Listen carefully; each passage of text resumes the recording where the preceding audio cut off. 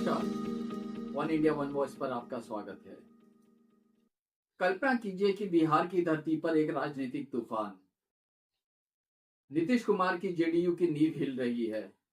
कांग्रेस तो लगभग सांसें गिन रही है और बीच में खड़ा है प्रशांत किशोर का जनसुराज, एक नया हथियार जो पुरानी पार्टियों को नस्ते नाबूद करने को तैयार है।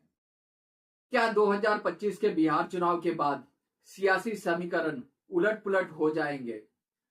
क्या जनसुराज जेडीयू की जगह ले लेगी या फिर कांग्रेस के वोट बैंक को निगल जाएगी? आज के इस स्पेशल एनालिसिस में हम डेटा, पोल्स और ड्रामा सब कुछ खोलकर रख देंगे। अगर आप बिहार की राजनीति के दीवाने हैं तो वीडियो को लाइक करें, शेयर करें और हमारे channel one India one voice को सब्सक्राइब करना ना भूलें। चलिए डुबकी लगाते हैं इस राजनीतिक महाभारत में। दोस्तों, सबसे पहले बात करते हैं मौजूदा हालात की। बिहार विधानसभा चुनाव 6 और 11 नवंबर को होने हैं। काउंटिंग 14 नवंबर को। एनडीए और महागठबंधन के बीच सीट शेयरिंग पर अभी भी खींचतान चल रही है। एनडीए ने सीट शेयरिंग को लेके अपनी घोषणा कर दी है और महागठबंधन के बीच सीट शेयरिंग पर अभी भी खींचतान चल रही है। एनडीए में बीजेपी और जेडीयू दोनों ही 101 सीटों पर लड़ रही है, जबकि एलजेपी 29 सीटों पर लड़ रही है। महागठबंधन में आरजेडी को 135 प्लस कांग्रेस को 57 सीटें मिल सकती है, लेकिन कांग्रेस के प्रदेश नेताओं में बेचैनी है। देरी से सीट शेयरिंग पर वे स्वतंत्र लड़ने की धमकी दे रहे हैं। अब हम बात करते हैं डेटा एनालिसिस की। सी वोटर की ताजा ओपिनियन पोल के मुताबिक एनडीए को 40% चांस है सत्ता बरकरार रखने की, जबकि महागठबंधन 38% पर सांस ले रही है। फासला काफी कम है दोनों के बीच, लेकिन असली ट्विस्ट जनसुराज है।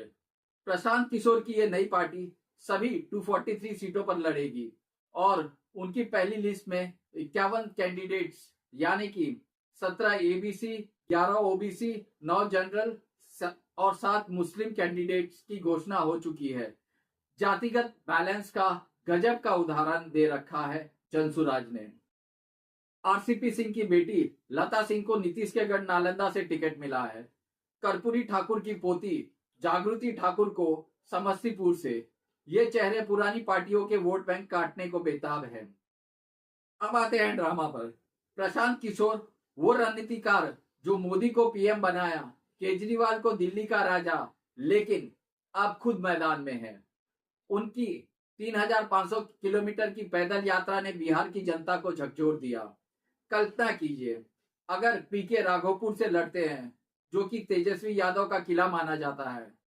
पीके ने चेतावनी दी है, तेजस्वी की राहुल गांधी जैसे अमेठी वाली हालत हो सकती है। एक्स पर ट्रेंडिंग है पीके वर्सेस तेजस्वी, जहां लोग पूछ रहे हैं कौन जीतेगा।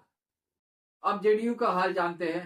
नीतीश कुमार की पार्टी से 3 बड़े नेता आरजेडी में शिफ्ट हो चुके हैं। जेडीयू ने एक पूर्व एमपी को री इंडक्ट किया है, जो नीतीश को हानि पहुंचाने की धमकी दे चुका है। पोल्स कहता है जेडीयू का वोट शेयर 2020 के 15% से गिरकर 10 से 12% रह सकता है। जनसुराज इन्हीं ईबीसी यानी कि economic backward class Yadav votes पर नजर गड़ाए हैं। जेडीयू की 40% सीटें खतरे में हैं। अब बात करते हैं कांग्रेस की। बिहार कांग्रेस तो डूबते जहाज पर सवार है। 2020 में महज 19 सीटों पर और अभी भी वही हाल है।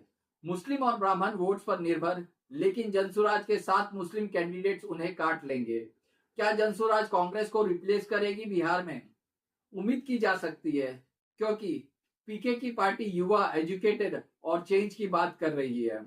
कांग्रेस की पुरानी इमेज से कोसों दूर। अब हम कुछ डेटा की बात करते हैं जो हमारी टीम ने एनालिसिस की है।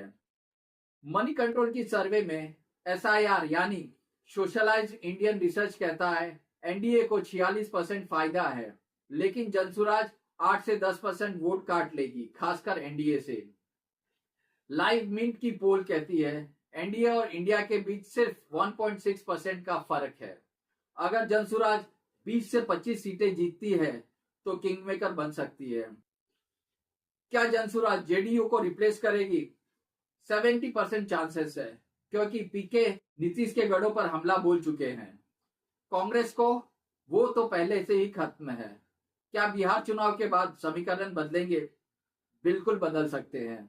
अगर एनडीए हारी तो नीतीश कुमार पलट सकते हैं, लेकिन पीके के साथ गठबंधन ये एक बड़ा सवाल है जो आने वाला समय ही बताएगा। एक्स पर बहस छिड़ी है, पीके किंग बनेंगे या किंग मेकर। आम आदमी पार्टी भी मैदान में। ये चुनाव कई पार्टियों के लिए कब्रिस्तान साबित हो सकता है। दोस्तों, बिहार चुनाव 2025 निर्णायक है। नई राजनीति का जन्म, पुरानी का अंत। जनसुराज जेडीयू की भरपाई ज्यादा करेगी, लेकिन कुल मिलाकर सब कुछ उलट पुलट हो सकता है। आपका क्या ख्याल है? कमेंट बॉक्स में हमें बताएं। पीके जीतेगा या हारेगा? वीडियो को शेयर करें, बेल आइकन दबाएं ताकि हर अपडेट आपको मिलता रहे। मिलते हैं अगले वीडियो में। अब मैं भावेश शाह आपसे आज्ञा लेता हूं। बहुत बहुत धन्यवाद आपका।